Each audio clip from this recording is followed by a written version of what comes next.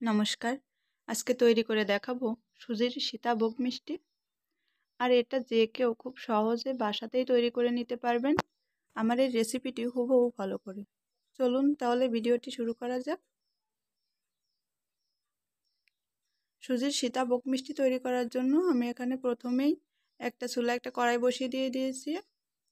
আর কড়াইয়ে দিয়ে দিলাম প্রথমেই 1 চা চামচ পরিমাণে ঘি, আর দিয়ে দিচ্ছি হাফ কাপ পরিমাণে সুজি। এখন চুলার আঁচ একেবারে লোতে রেখে এটা 3-4 মিনিট একটু ভেজে নিব।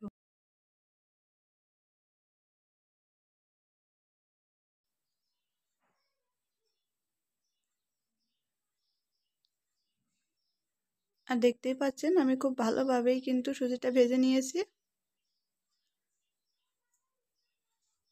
এখন দিয়ে দিব গরুর তরল দুধ 1.5 কাপ পরিমাণ।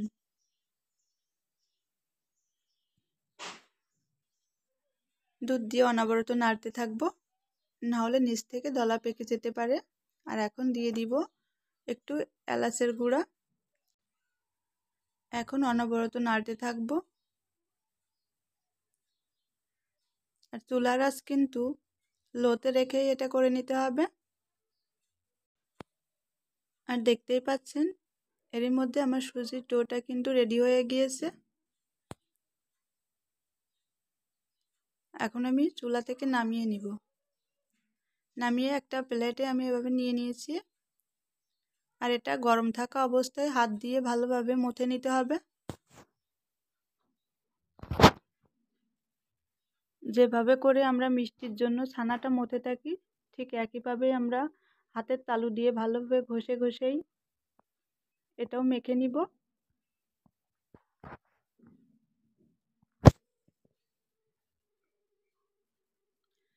আর কয়েক মিনিট মাখানোর পরে এখানে দিয়ে দিব হাফ চা চামচ পরিমাণে বেকিং পাউডার আর 2 চা চামচ পরিমাণে ময়দা। সব কিছু দিয়ে ভালোভাবে মেখে নিয়েছি। এখন আমি হাতটা পরিষ্কার করে নিয়েছি, নিয়ে হাতে একটু ঘি লাগিয়ে নিচ্ছি।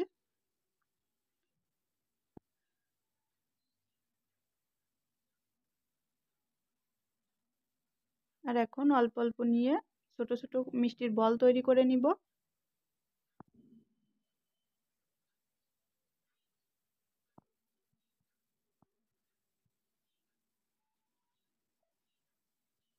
একইভাবে আমি মিষ্টির বলগুলো তৈরি করে নিব।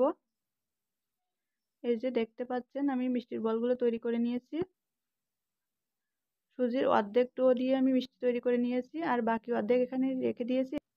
এটা দিয়ে পরে আমরা সীতাভোগ তৈরি করে নিব। আর এখানে চুলায় একটা কড়াই বসিয়ে আমি পর্যাপ্ত পরিমাণে সয়াবিন তেল দিয়ে দিয়েছি। আর তেল দিয়ে একটা মিষ্টির বল দিয়ে এভাবে করে প্রথমে চেক করে নিচ্ছি যে তেলটা ভালোভাবে গরম হয়ে গিয়েছে কিনা। আপনারাও প্রথমে একটা মিষ্টির বল দিয়ে এভাবে করে চেক করে নেবেন যে তেলটা ভালোভাবে গরম হয়ে গিয়েছে কিনা। না হলে অনেক সময় দেখা যায় মিষ্টিগুলো তলে লেগে যেতে পারে। তো আমার তেল কিন্তু খুব ভালোভাবে গরম হয়ে গিয়েছে। এখন আমি মিষ্টির বলগুলো একে একে দিয়ে ভেজে নিব।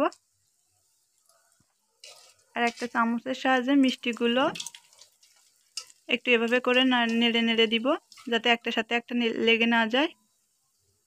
আর চেষ্টা করবেন অল্প অল্প করে মিষ্টি দিয়ে ভাজতে, একবারে অনেকগুলো দিলে সেক্ষেত্রে ভেঙে যেতে পারে।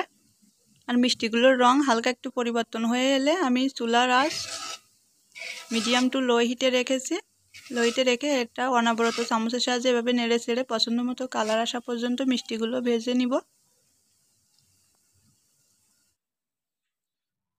আর আমি মিষ্টিগুলো তৈরি করে নেওয়ার জন্য যে টিপসগুলো দিয়েছি এটা ফলো করে আপনারাও কিন্তু হুবহু এমন সুন্দর মিষ্টি তৈরি করে নিতে পারবেন। তো আমার মিষ্টিগুলো কিন্তু তৈরি করা হয়ে গিয়েছে। এখন আমি তেল ঝরিয়ে উঠিয়ে নিব, আর একে একে বাকি মিষ্টিগুলোও ভেজে নিব। আর এখানে সুজির যে বাকি ডোটা রেখেছিলাম এটা দিয়ে আমরা এখন সীতাভোগ তৈরি করে নিব, যার কারণে এমন একটা ছিদ্র ছিদ্র এরকম একটা ঝাঁঝরি আমি নিয়ে নিয়েছি। এখন এটাতে দিয়ে এই যে আমি কিভাবে করে করছি দেখতে পাচ্ছেন, হাতের তালু দিয়ে ঘষে ঘষে এভাবে করলে দেখবেন সীতাভোগ মিষ্টিটা রেডি হয়ে যাবে। আর প্রথম পর্যায়ে কিন্তু তেলটা হালকা গরম থাকবে, আর পরবর্তীতে এভাবে দেওয়ার পরে তারপরে চুলার জালটা মিডিয়ামে রেখে এগুলো ভেজে নিতে হবে, না হলে দেখা যাবে যে খুব দ্রুত কালার চলে আসবে। আর আমরা সবাই জানি সীতাভোগটা সাদাই থাকে, তো আমরা এভাবে করে সাদা রেখে একটু ভেজে নিব।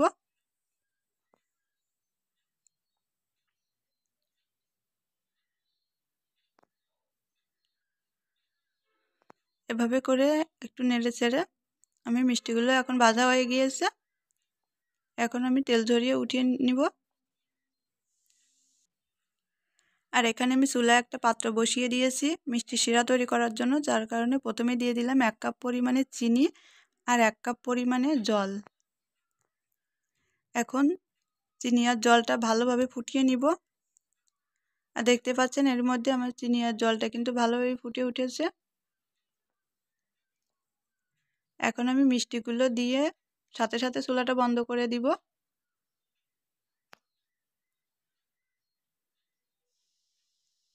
আর মিষ্টিগুলো দেওয়ার পরে অবশ্যই সাথে সাথে চুলাটা বন্ধ করে দিতে হবে। আর এভাবে করে দেওয়ার পরে আমি 40 মিনিট এভাবে করে ঢাকা দিয়ে রেখে দিব। আর 40 মিনিট পরে দেখে বুঝতে পারছেন মিষ্টিগুলো কিন্তু শিরাটা পুরোপুরি স্যুপ করে নিয়েছে। এখন আমি একটু প্লেটে পরিবেশন করে আপনাদের দেখাচ্ছি। এই যে দেখেন মিষ্টিগুলো দেখতে কতটা লোভনীয় লাগছে, দেখে নিশ্চয়ই বুঝতে পারছেন। আর এই মিষ্টিগুলো খেতেও কিন্তু খুবই মজা হয়ে থাকে। আমি যে টিপসগুলো দিয়েছি এই টিপসগুলো ফলো করলে আপনিও কিন্তু খুব সহজেই সুজি দিয়ে এমন একটা সীতাভোগ মিষ্টি তৈরি করে নিতে পারবেন। আর এটা তৈরি করা কতটা সোজা দেখে নিশ্চয়ই বুঝতে পারছেন। আর তৈরি করতেও খুব বেশি উপকরণেরও প্রয়োজন হয় না। আশা করছি আমার আজকের রেসিপিটি আপনাদের কাছে ভালো লেগেছে। ভালো লাগলে অবশ্যই লাইক কমেন্ট শেয়ার করতে ভুলবেন না। আর চ্যানেলটা সাবস্ক্রাইব করে পাশেই থাকবেন। ধন্যবাদ।